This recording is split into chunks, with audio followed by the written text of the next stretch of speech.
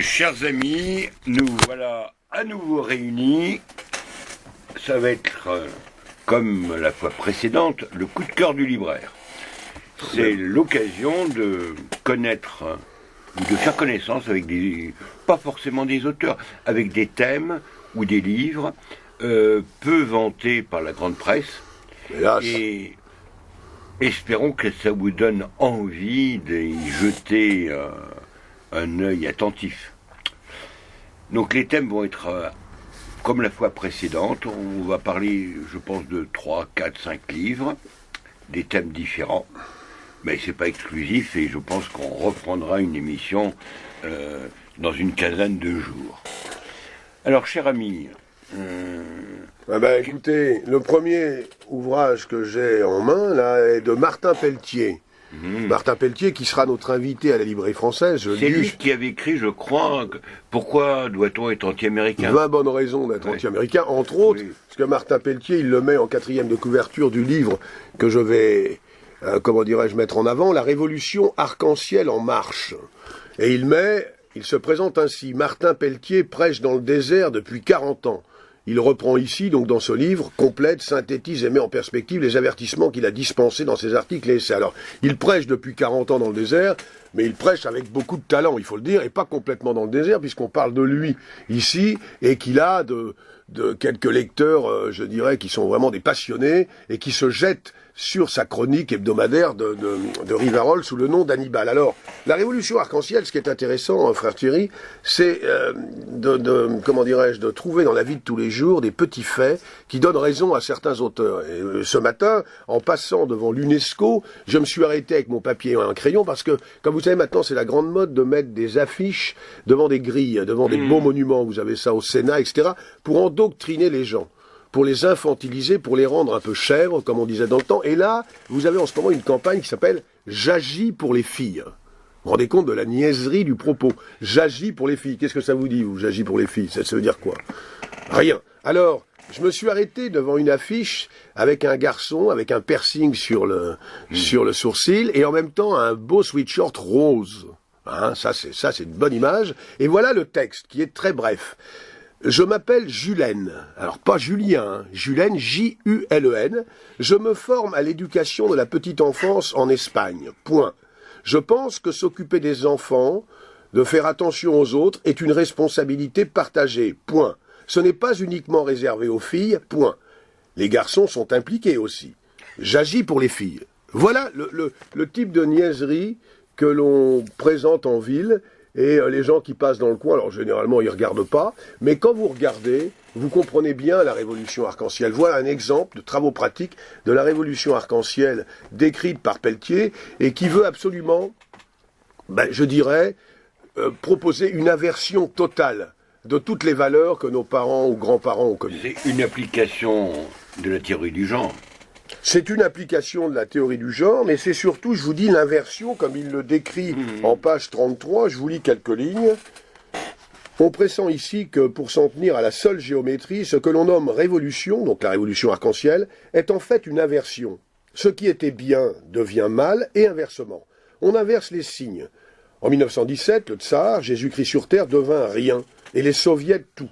Dans la révolution arc-en-ciel, le beau devient laid, l'homme et la femme sont la même chose, la pédérastie est une vertu, les frontières n'existent pas, l'homme est capable de changer le climat, le français n'est pas maître chez soi, etc., etc. Le vrai n'est plus le vrai, le faux n'existe plus. Oui, donc c'est l'inversion. C'est la contre-culture. C'est la contre-culture, mais alors avant c'était réservé à des intellectuels, et je dirais que le gros du troupeau se marrait franchement quand ils voyaient les chevelus sortir tout pâlos, avec leurs arguments. Mais là maintenant, si vous voulez, c'est très profond. Les médias, la télévision, le but est vraiment de nous culpabiliser en permanence, et c'est ce que Martin Pelletier appelle, enfin en tout cas il le décrit comme ça, le name and shame, c'est-à-dire nommer et faire honte. Dernièrement, regardez ce... Oui, mais on voit très bien que tout ça, c'est les avatars ou les résultats ultimes de la révolution culturelle qu'on a connue dans les années 67 en Amérique. Oui, tout à fait. L'inversion des valeurs grâce au langage. Grâce au langage, alors évidemment c'est pas nouveau ce qu'il dit, mais non. Si vous voulez, c'est fait un tour d'horizon de la situation. J'avais remarqué dans votre librairie un livre un peu dans le même sens, sur le vocabulaire, entre autres de... son nom m'échappe maintenant. Le dictionnaire de la novlangue.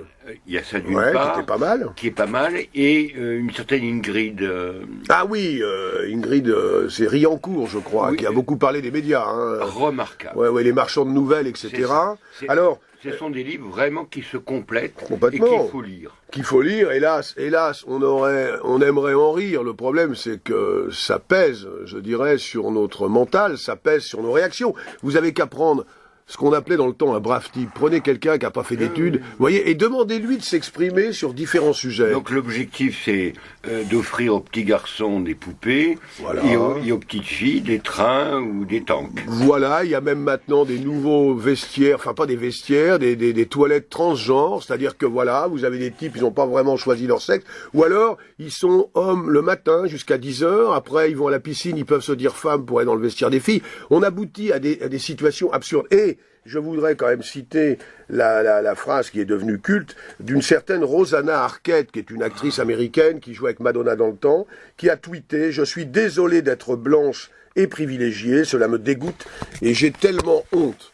Donc si vous voulez cet ouvrage, on va s'arrêter là parce que tout est à citer, mais je voudrais quand même, on va s'arrêter là, oui et non, parce que ça n'est pas, je dirais que la situation effectivement peut apparaître comme désespérée, mais il y a quand même une réaction. Il y a quand même une réaction en France. Cette réaction, vous la connaissez. Martin Pelletier en parle. C'est les Gilets jaunes. Je vous lis quelques lignes parce qu'il en parle assez bien. Les Gilets jaunes ont fait irruption sur une scène monopolisée par cette révolution et ses comparses. Ils ont dit non à tout. À la transition énergétique, ses pompes et ses taxes. Cela commence toujours comme ça, les révoltes, depuis les bagaudes. Tu me prends trop d'argent et ce que tu en fais me tue, donc dégage. Les Gilets jaunes ont dit non aux mensonges de la Révolution, à ses projets, à la France, au monde qu'elle amène. Ils incarnaient un refus global du système, physique, éthique, politique, métapolitique et spirituel. Ils étaient la France, refusant le destin que la Révolution lui trace. Ils gênaient non pas par ce qu'ils disaient, mais par ce qu'ils étaient, le peuple de France de souche, la nation levée, avec ses merguez, ses vieux, ses jeunes, ses intellos et ses mains calleuses. Voilà. Et c'est ce que disait Macron, ce peuple de Gaulois réticents réforme. Exactement, et je dirais qu'on est passé du chevalier Bayard à Macron. Évidemment, Pelletier parle de la fameuse image où on voit Macron complètement époumoné devant un jeune éphèbe qui lui fait un doigt d'honneur et qui a la culotte baissée. Quand même, c'est quand même incroyable. Puisque vous parlez des Gilets jaunes, permettez-moi de faire allusion au livre que vous vendez sur les Gilets jaunes de notre ami Vernochet. Alors, Vernochet, mais également Adrien Abosi. Ce sont des livres à lire. Mais si vous voulez bien, on en parlera à la fois d'après, parce que là, comme j'ai cité Martin Pelletier, je ne voudrais pas lasser le lecteur avec ça. De quelle maison d'édition? Alors, les maisons d'édition DIE, qui est tenue par une courageuse éditrice que je salue si elle nous écoute, et je répète que Martin Pelletier, personnage assez exceptionnel dans son genre, beaucoup d'esprit, beaucoup d'humour, sera dans notre librairie le samedi 9 novembre avec l'abbé Pagès, déjà vanté dans notre dernière émission. Voilà. Qu'avez-vous à nous proposer d'autre? Alors, à vous proposer d'autres. Eh bien, écoutez, j'ai lu dernièrement 2 biographies très différentes, une qui n'est pas très épaisse, et l'autre qui fait plus de 700 pages, je crois. 2 biographies, si j'ose dire, enfin, une autobiographie, plus exactement, une biographie de 2 Jean-Marie. Très différents. Jean-Marie Vianney et Jean-Marie Le Pen. Deux personnalités très fortes, mais complètement différentes. Et Jean-Marie Vianney, pourquoi en parler? Parce que, si vous voulez, c'est une bande dessinée qui est éditée aux éditions du Triomphe. Et je tiens, remarquable maison. Et j'ai été, comment dirais-je, conquis par les dessins, par l'histoire du curé d'Ars.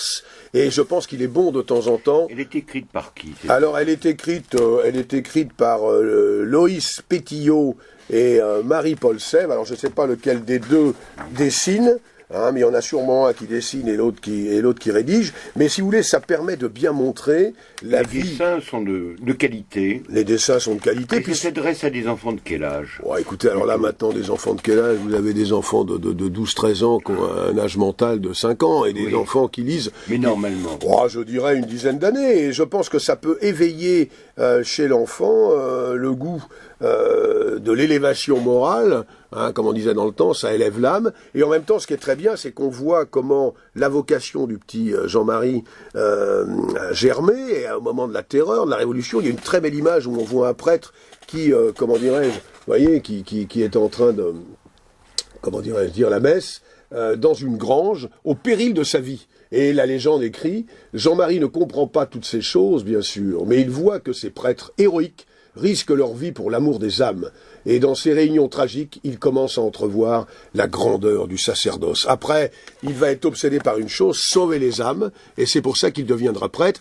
Et je conseillerais même, je dirais, à un certain nombre de personnes de lire, qui se sentent un peu attirés par l'appel du Christ, de lire cette petite biographie en bande dessinée, parce que peut-être que ça aura un effet déclencheur. Donc, édition du Triomphe, il y a un grand nombre de personnages, vous avez Cadoudal, vous avez Bernadette, vous avez... Est-ce que c'est dans la même collection qu'il y a un roman de Raspail mis en bande dessinée? Non, je ne crois pas. On a ça ressemble. Non, les 7 cavaliers, oui, ça ressemble. C'est la même qualité, je dirais, graphique, mais ce sont les vies de saints, si vous voulez, qui élèvent, et c'est par certaines images, par certains textes très brefs que parfois des vocations se décident. Donc je recommande fortement cette collection. Alors maintenant, passons au gros... Au menhir. Au menhir, voilà, le menhir. Alors, le menhir, tribun du peuple, je dirais, tome 2. Alors, combien de pages? Ah non, je pensais qu'il y en avait plus que ça, plus de 500 pages. Alors, c'est passionnant. Alors, je tiens quand même à dire, frère Thierry, ne m'en veuillez pas, que j'ai aimé ce livre pour plusieurs raisons. Évidemment, la première, c'est que ça couvre une période historique que j'ai connue, puisque j'avais déjà largement l'âge de raison en 72, quand le FN a été créé. Ensuite, j'ai connu un certain nombre de personnages qui sont cités par Le Pen, à commencer par un des félons qu'il critique, qui s'appelait Yvon Briand. Je ne sais pas si ça vous dit quelque chose. Oui. Yvon Briand. Un plongeur. Un plongeur, nageur de combat, parachutiste, un type assez exceptionnel, qui avait trahi Le Pen pour reprendre le CNI.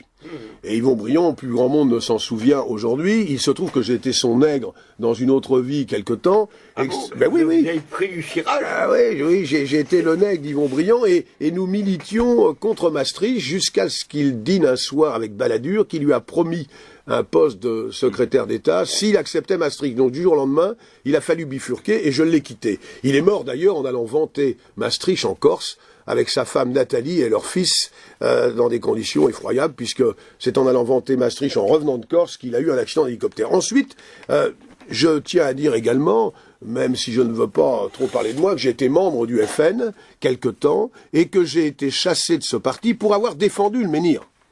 C'est en défendant le menhir que j'ai été viré, et enfin, je dirais quand même, la dernière raison, qui n'est pas la moindre, c'est que nous avons reçu le menhir à la librairie française, certains s'en souviennent.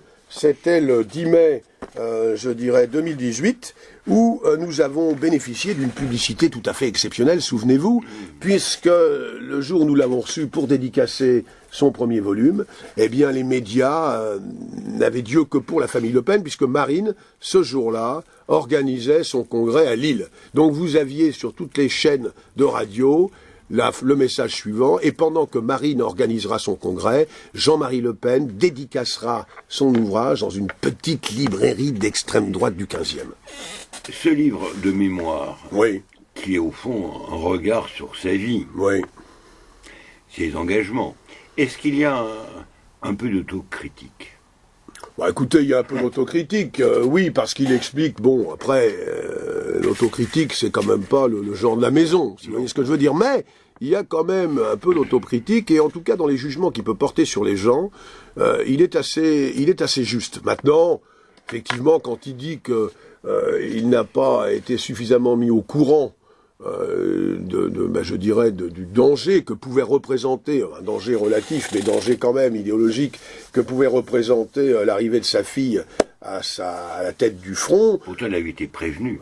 Bien sûr qu'il a été prévenu. Je pense que c'est... Je me rappelle un livre qui avait été édité par un de ses compagnons de route, Bernard Anthony. Roger Hollande l'a prévenu, bien sûr.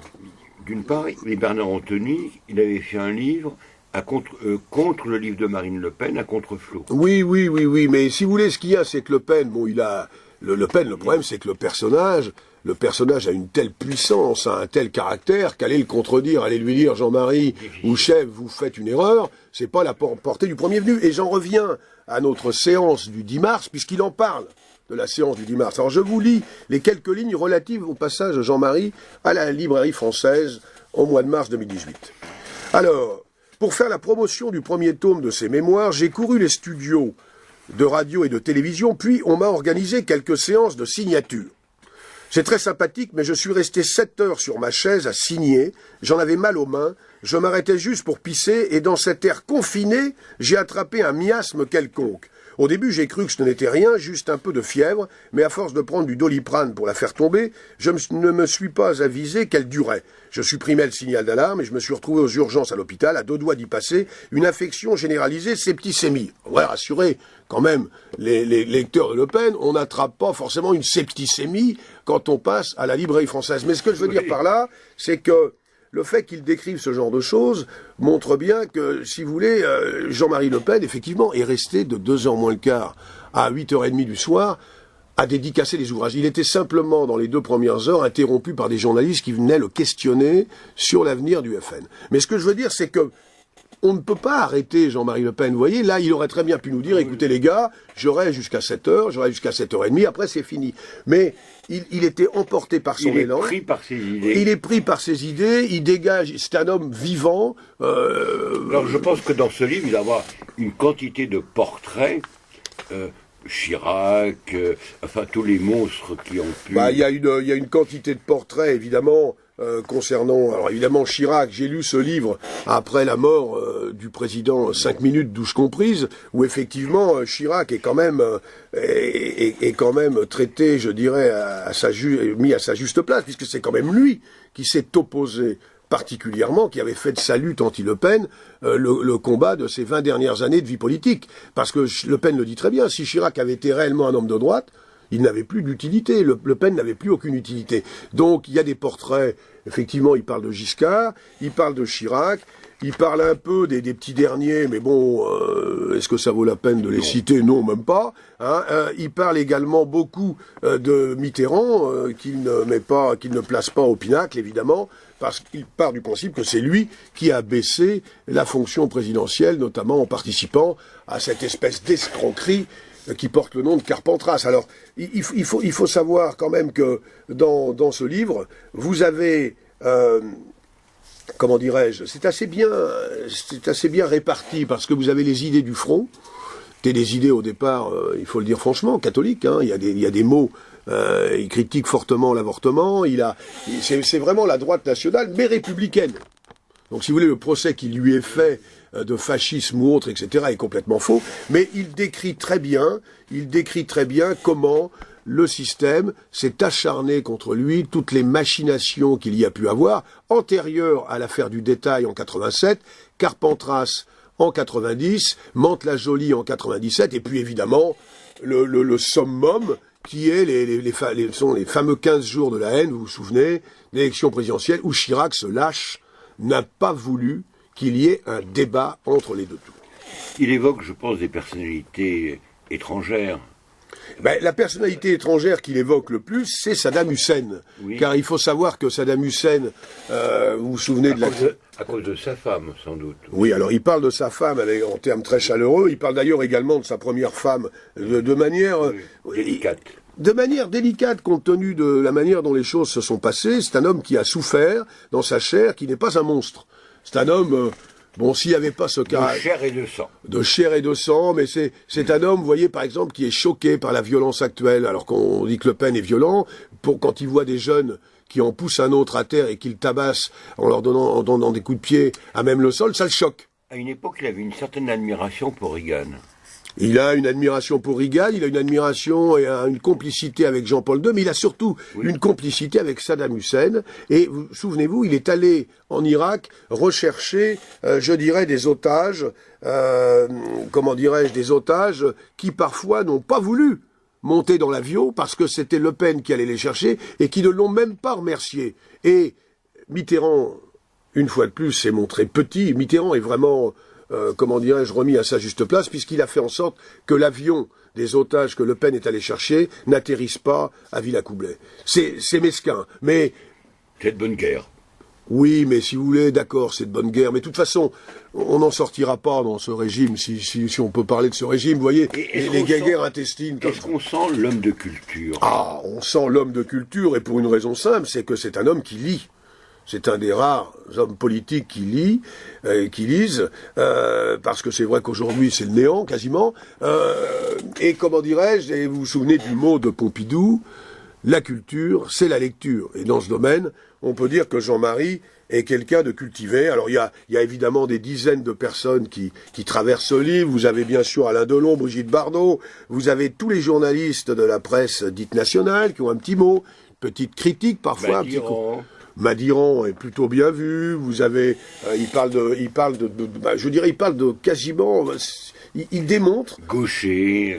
Il parle d'un tas de personnes. C'est vraiment oui, c'est très agréable, mais en même temps, je vous dis, le personnage sort plutôt grandi de cet ouvrage, parce qu'il faut quand même pas oublier que ça a été l'ennemi public numéro 1. N'oubliez pas qu'à partir de 83, avec la percée à Dreux, et 84 avec sa remarquable prestation à l'heure de vérité, il est devenu l'homme à abattre, et pour qu'il soit grâce à Henri de Virieux.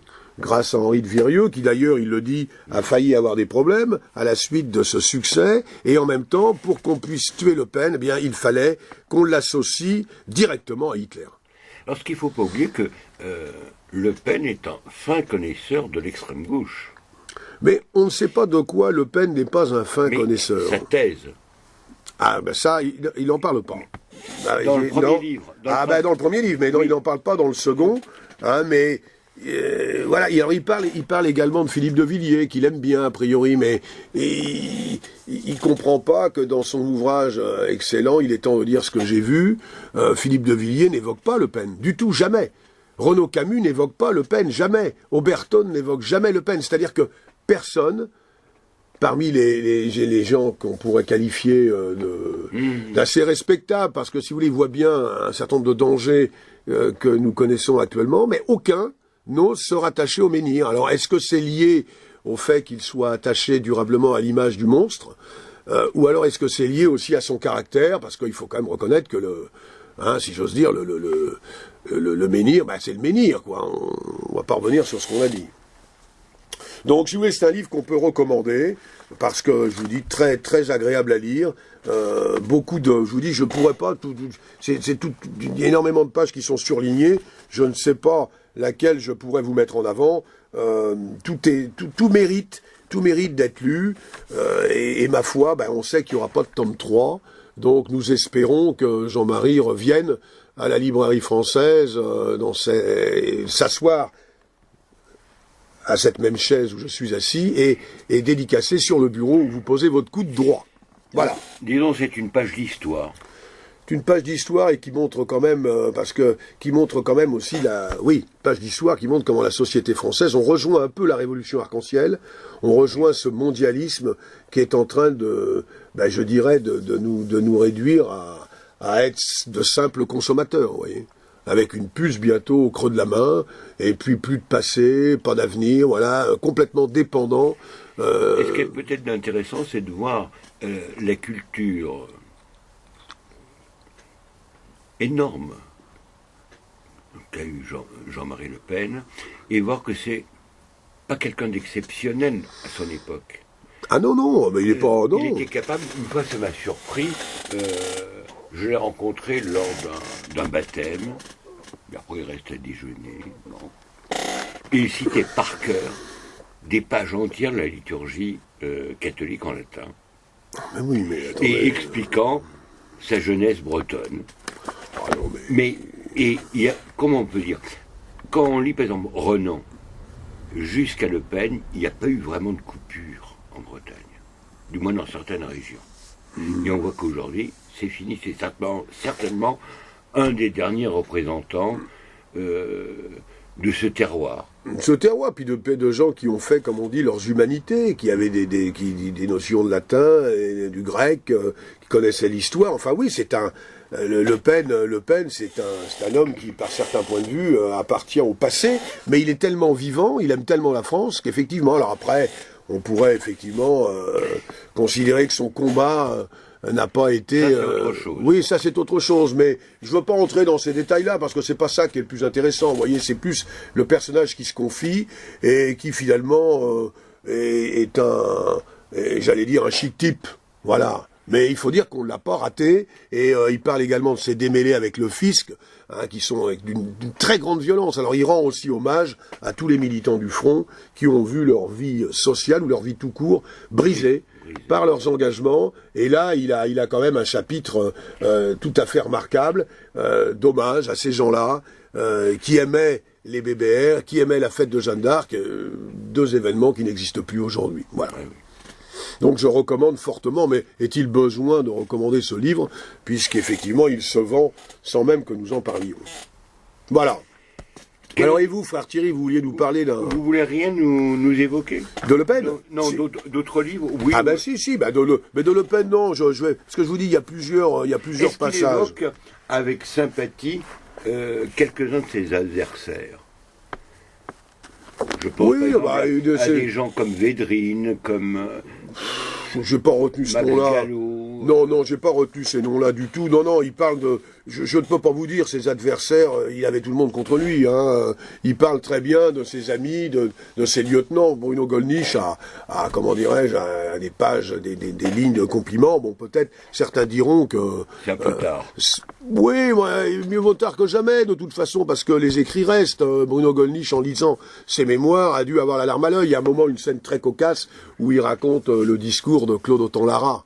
Vous savez, Claude Autant-Lara, qui était le doyen du Parlement européen, et c'est Gollnisch qui a été obligé d'aller lui dire de tempérer un peu son discours. Claude Autant-Lara, qui avait 88 ans à l'époque, qui était encore bien vert, et qui a un peu tempéré le discours, mais qui s'est fait insulter de la pire manière, puisque les gens sont partis pendant le discours. Par contre, Claude Autant-Lara avait dit qu'il abandonnerait son mandat de député européen une fois élu, et il l'a fait.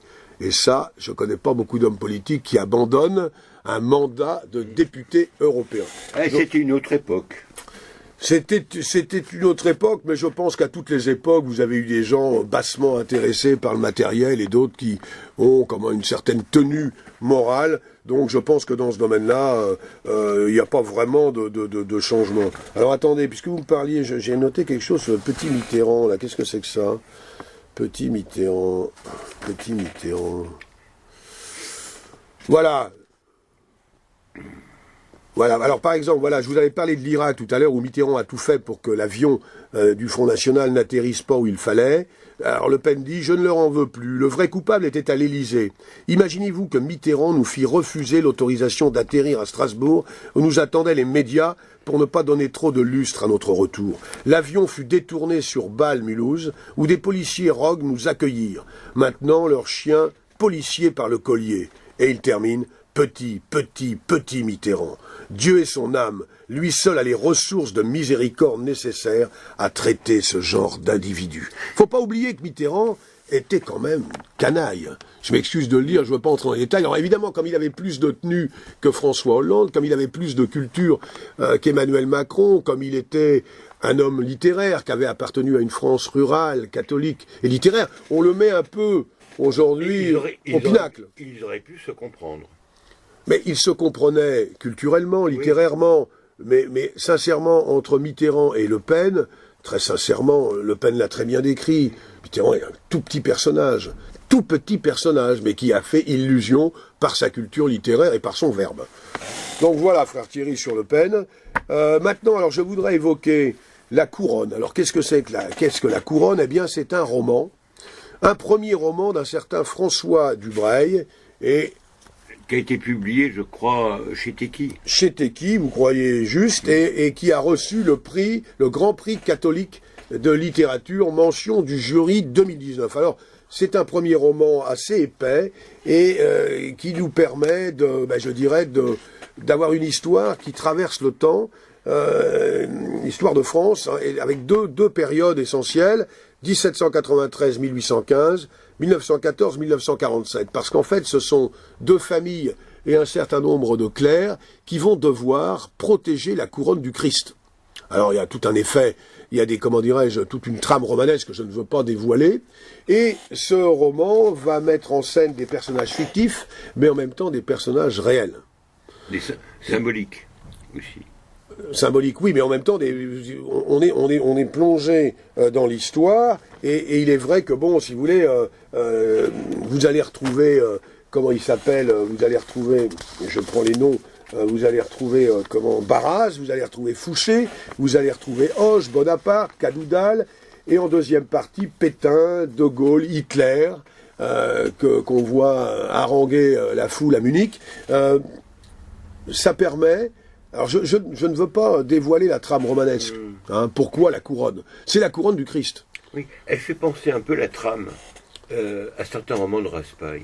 Oui, non, mais c'est un roman historique que beaucoup de gens qui aiment la France liront avec intérêt, mais évidemment, vous allez rencontrer un certain nombre de monstres, des brutes, des gens extrêmement violents, mais le pire, et je vais vous lire un extrait, le pire, c'est évidemment le fameux Turreau.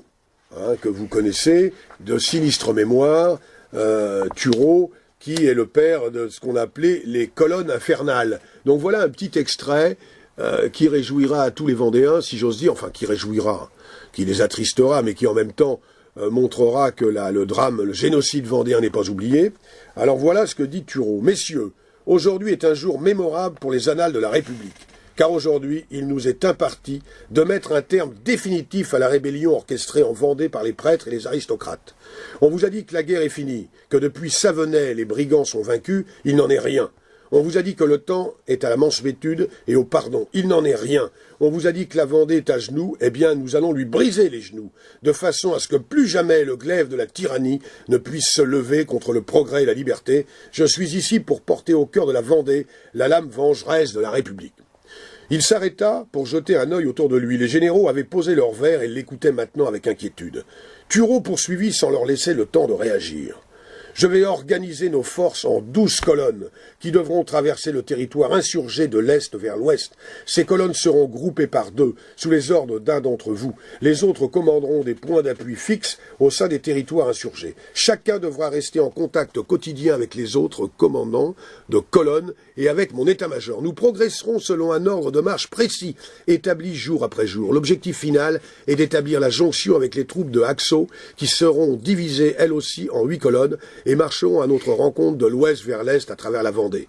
Et écoutez bien, au cours de notre avance, tout ce qui se trouvera sur notre route, ferme, champs, village, sera livré aux flammes dans la mesure du possible. Les animaux et denrées consommables seront saisis, tous les brigands qui seront trouvés les armes à la main contre la République ou convaincus de les avoir prises seront passés au fil de la baïonnette.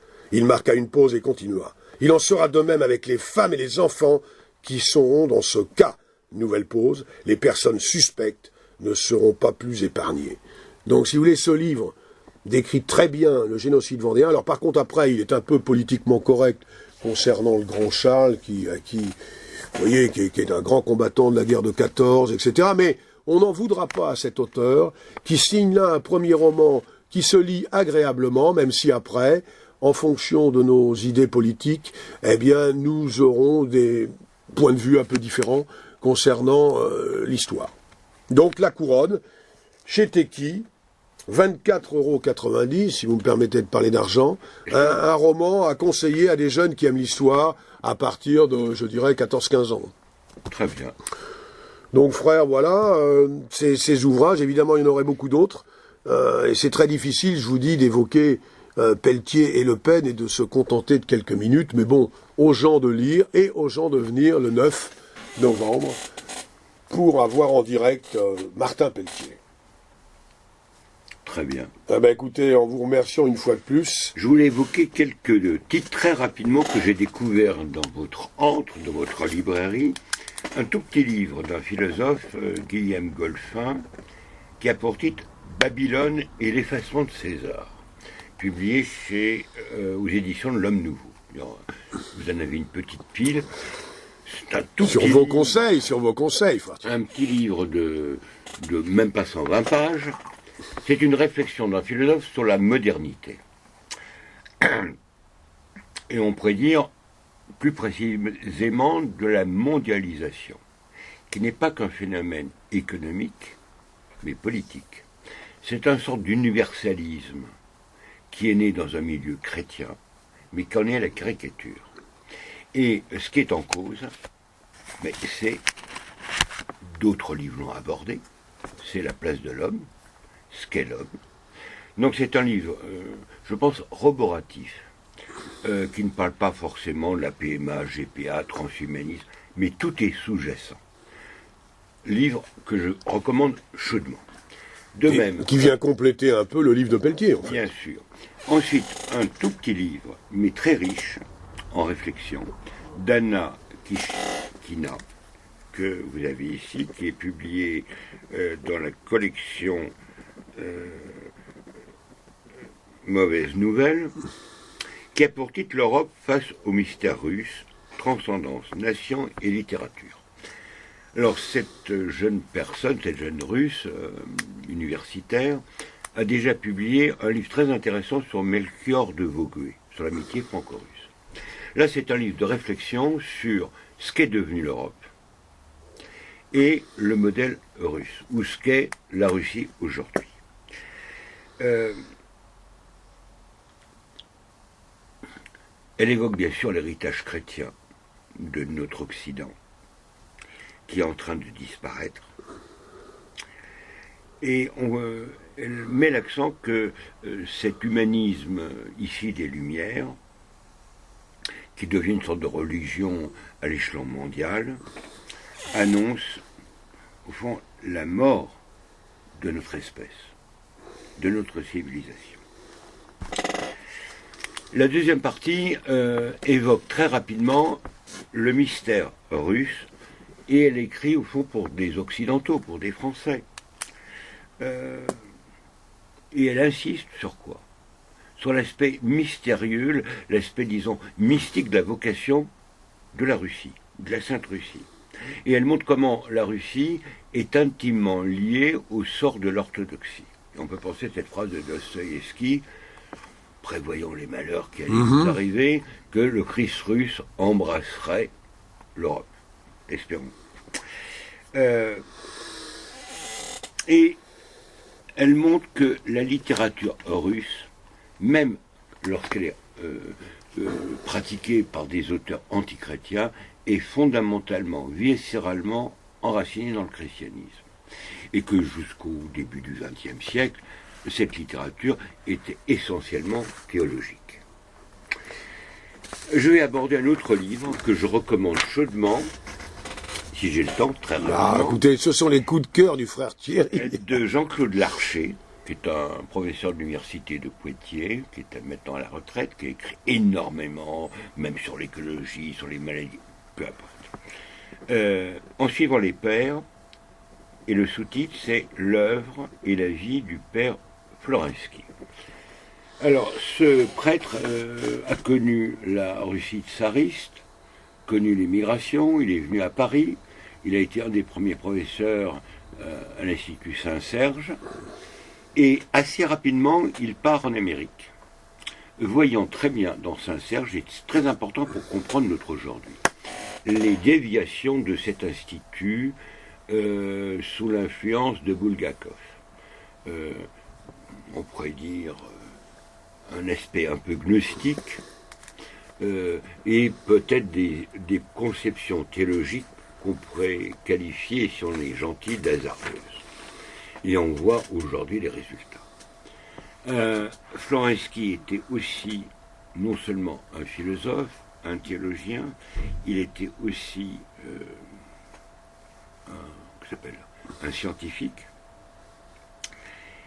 Et on peut dire que dans ce livre, d'une part, vous avez sa biographie, donc tous ceux qui s'intéressent à l'émigration russe en France et après, il y a des passages captivants, et aussi sur sa pensée philosophique et théologique.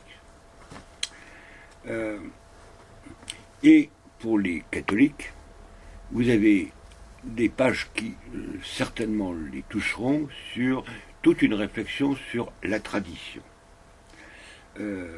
qui est, disons, au cœur de son œuvre, qui s'incarne d'abord dans une lecture assidue des pères, qui va enseigner même dans les grandes universités anglaises, à Oxford, Cambridge. Et il rassemble ici des textes, c'est une véritable anthologie, publiée entre 1927 et 67. Et on peut dire que cette anthologie présente des passages d'une actualité frappante. Donc, je souhaite vivement que... écoutez, nous allons les poser sur la table, et puis espérons que nos auditeurs auront envie de mieux les connaître. C'est important. Ça fait la transition avec le livre d'Anna Kishkina, parce que beaucoup de Français s'intéressent à la Russie. Mais pourquoi la Russie s'est redressée? On a les sources là.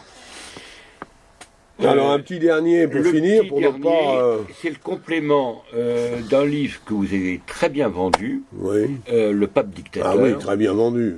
Aux Presses de la Délivrance.